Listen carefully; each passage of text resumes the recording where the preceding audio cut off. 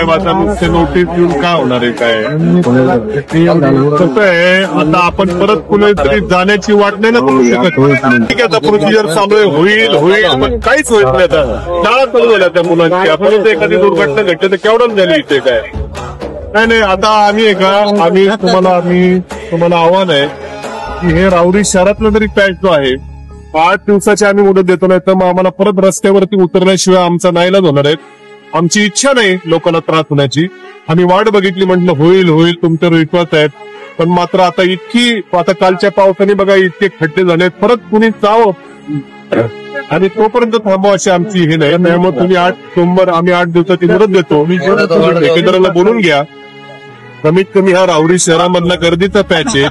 हा 8 दिवसामध्ये आम्हाला व्यवस्थित करून द्या.